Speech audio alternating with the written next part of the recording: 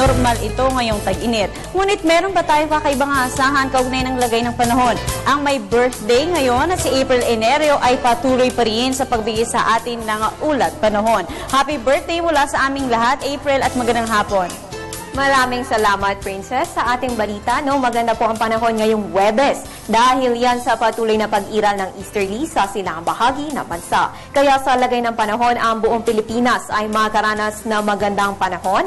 Magiging bahagyang maulap ang kalangitan na may isolated rain showers or thunderstorms sa hapon o gabi. Samantala, naitala sa Pag-asa Science Garden ang maximum temperature na 35.2 degrees Celsius kahapon. Ito na po ang pinakamainit na temperaturang naranasan sa Kamaynilaan sa taong ito. Pero unang linggo pa lang po ng Abril, asahan pa natin na may mas iinit pa ang panahon sa mga susunod na araw. Kaya ang ating patuloy na paalala, huwag magtagal sa ilalim ng tirik ng araw. Mag-apply ng sunblock kung meron at uminom ng maraming tubig para makaiwas sa heat exhaustion, sunstroke at dehydration. Mga kababayan, panahon na para subukan pumunta sa probinsya ng Bukidnon. Maliban sa wow na mga beaches, ang Pilipinas ay haven din ng mga adventurous na tao pagdating sa mountain climbing at hiking. At dito sa Bukidnon, matatagpuan ang ikalawang pinakamataas na bundok ng Pilipinas, ang Mount Dulang-Dulang.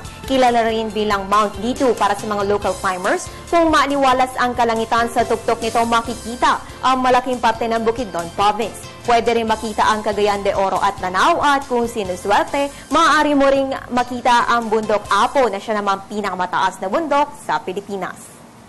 Sa lagay naman ng panahon, ang inaasagwat ng temperatura dito ngayong araw ay 24 to 32 degrees Celsius at makaranas ng partly cloudy skies with isolated rain showers or thunderstorms. Sa taas ng 9,639 feet above sea level, syempre inaabisuhan natin ang ating mga kababayan nais mag-mountain climbing dito na magsama ng local climbers na may alam sa pagkyat sa naturang bundok. Kaya kung challenge ang hanap mo, dapat kumpleto climbing at hiking gear at magbaon ng lakas at enerhiya para maakyat ang tuktok ng Mount Dulang-Dulang dahil syempre, ang pagma-mountain climbing ay more fun in the Philippines. At mga kababayan, para lagi kang updated, follow us on Twitter, like us on Facebook at bisitahin ang aming website. At yan na po ang pinakahuling balita mula dito sa Pag-asa DOST. Para sa Telebisyon ng Bayan, April Enerio.